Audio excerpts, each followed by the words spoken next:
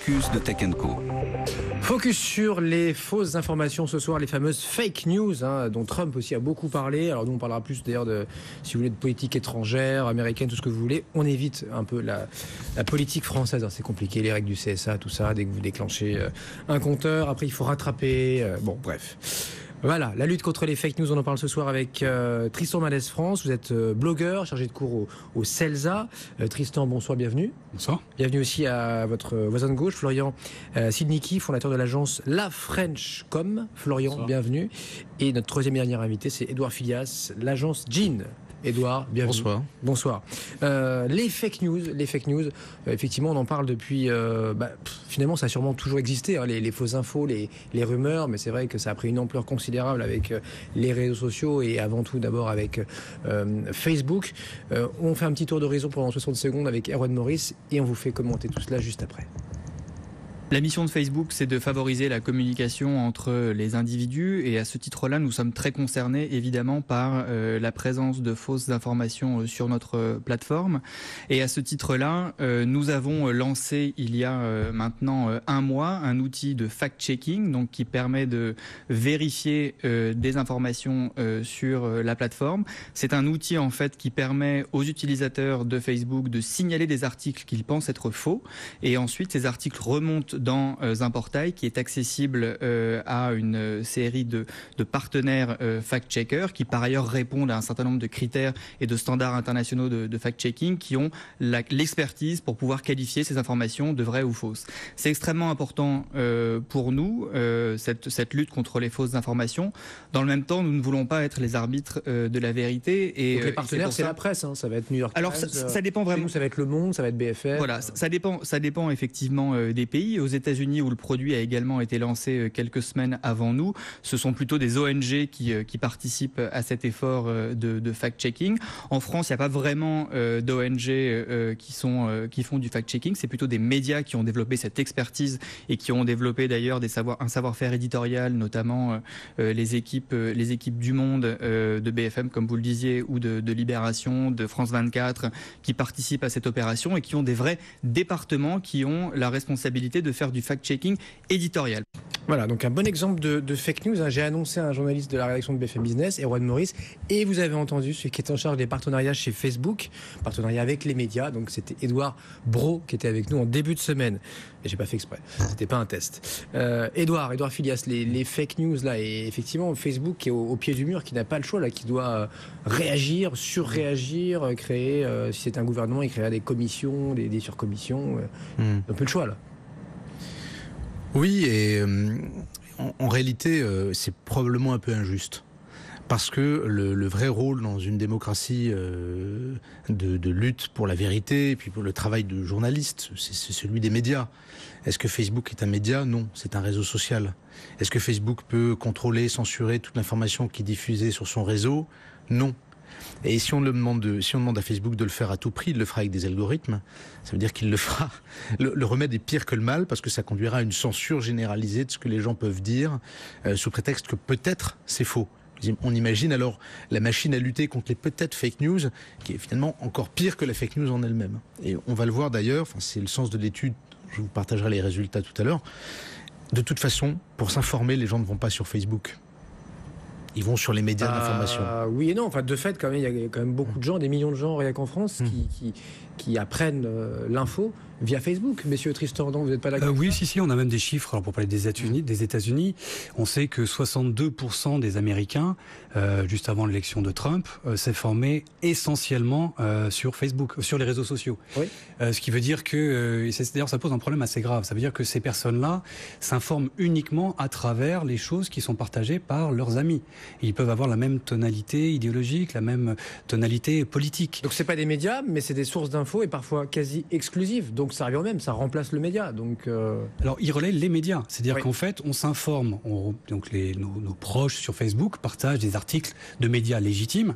Mais le problème là-dedans, c'est surtout que si on est exposé à des fausses informations dans notre réseau Facebook, il y a peu de chances qu'on soit exposé à l'antidote. Si on est, disons, d'une tonalité politique très chargée d'un côté, eh bien, sur Facebook, nos amis ne partageront pas un article qui viendra peut-être mettre de la distance par rapport à une fausse information auquel on aurait été exposé. Et ça, c'est un problème vraiment fondamental. C'est que la fabrique de l'opinion, si elle se fait de plus en plus à travers les réseaux sociaux, il y a le problème de ces fameuses bulles dans lesquelles on s'enferme et à l'intérieur de laquelle toute initiative des médias traditionnels a du mal à rentrer, encore une fois, parce que si on n'a que des amis d'une tonalité politique, ils ne vont pas partager autre chose que ce qu'on croit déjà d'ailleurs. Alors c'est vrai qu'il y avait ce phénomène de bulle que vous évoquez, Tristan. Si on fait notre comparaison avec la France, on peut dire que peut-être qu'on a au pire une dizaine de bulles, donc c'est peut-être moins grave. Enfin, et c'est pas des bulles si hermétiques. Alors en France, on a un chiffre aussi qui est en gros de 40%, 40 ou 45% des Français qui s'informent essentiellement via les réseaux sociaux. Encore une fois, donc je vais éviter de parler politique, mais encore une fois, si en France vous êtes un électeur d'un certain bord politique, on peut en parler. C'est juste ne sortez pas de trois de nom. Vous serez exposé en gros à des articles qui auront été filtrés, qui seront partagés par des gens qui pensent comme vous. Encore une fois, voilà. Et donc, si vous êtes exposé à des fausses informations, le correctif qui serait émis par d'autres médias, mais qui ne sont pas de votre tonalité politique, vous ne serez pas exposé. Pour continuer le tour de table, Florian, si je lis que Valeurs Actuelles, que Libération ou que Le Figaro, a priori, ça va quand même aller dans le même sens, non ? Bien sûr, vous avez raison. Moi, je crois que ce qu'il faut saluer au fond, c'est d'abord que les Français, ils ont repris le pouvoir. Et les Français, ils choisissent leurs sources d'information. La difficulté aujourd'hui, c'est qu'en choisissant certaines sources d'information, ils sont confrontés à une information qui n'en est pas une, qui se part des habits traditionnels de l'information, comme si elle était travaillée par un journaliste qui l'avait contextualisée, qui l'avait vérifiée, pour diffuser une idéologie. Et ça, c'est dérangeant parce que c'est au fond, sculpter la réalité du lecteur sans lui révéler vos intentions. Je crois en revanche que Internet, ça doit être libre par nature et que ce qu'est en train de faire Facebook, c'est sans doute dévoyer la nature même de ce qui devrait être ce réseau social.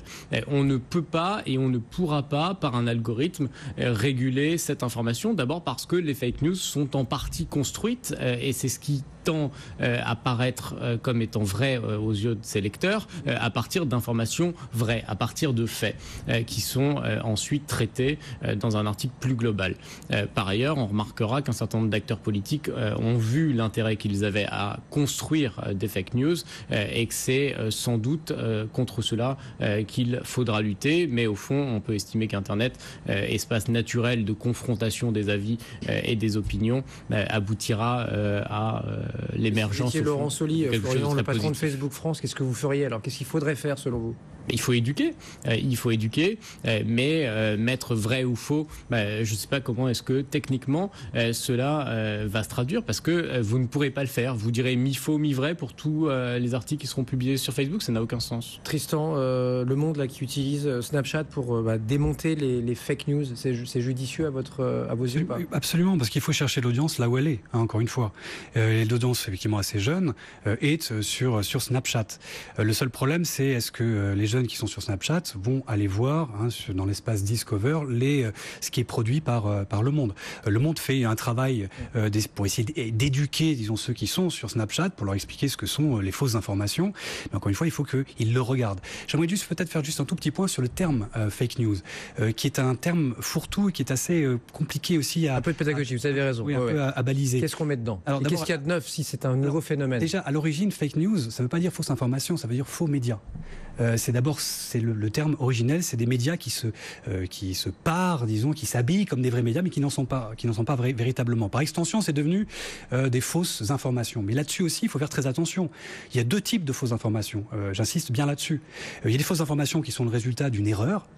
D'une mauvaise estimation, d'une bourde d'un journaliste, où voilà, on s'est planté, c'est une erreur. On a fait un raccourci, on n'a pas recoupé l'info, ça nous est tous arrivé, évidemment. Et puis, absolument, on est tous, même moi, mais il y a les fausses informations qui sont le résultat d'une volonté. De volonté de tromper avec un agenda politique. Et là, ça vient d'où, effectivement ? C'est du politique, c'est un think tank, c'est quoi ? Ça vient d'où, là ? Il y a des acteurs qui sont multiples. Ça peut être des individus, ça peut être des groupes particuliers.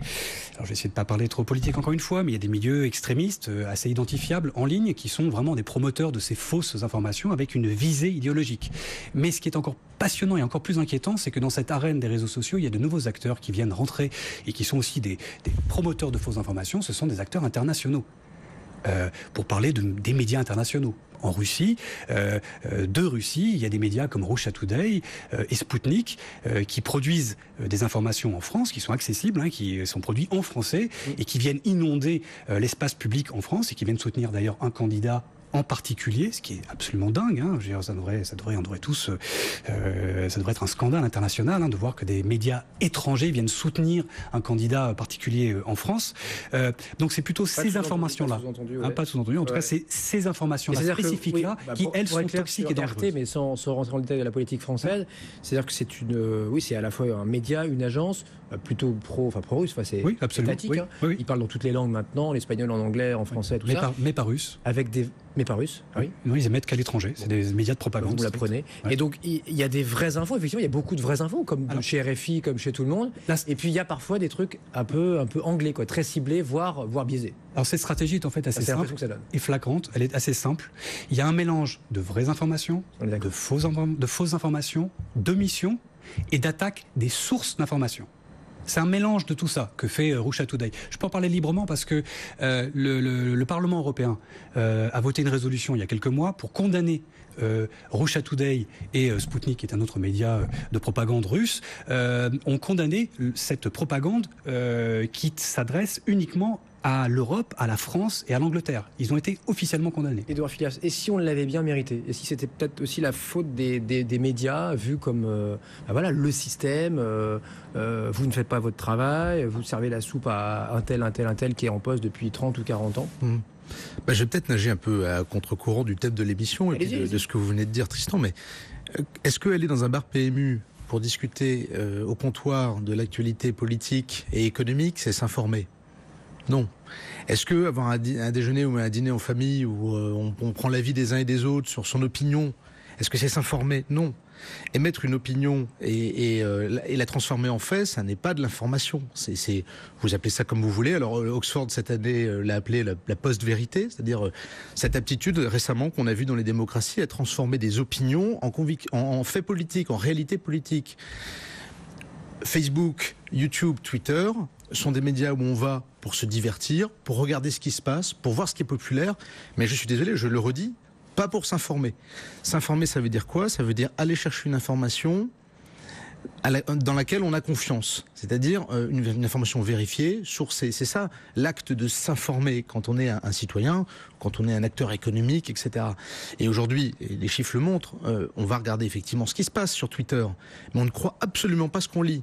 Et donc, en réalité, lutter contre les fake news, c'est déjà un combat d'arrière-garde.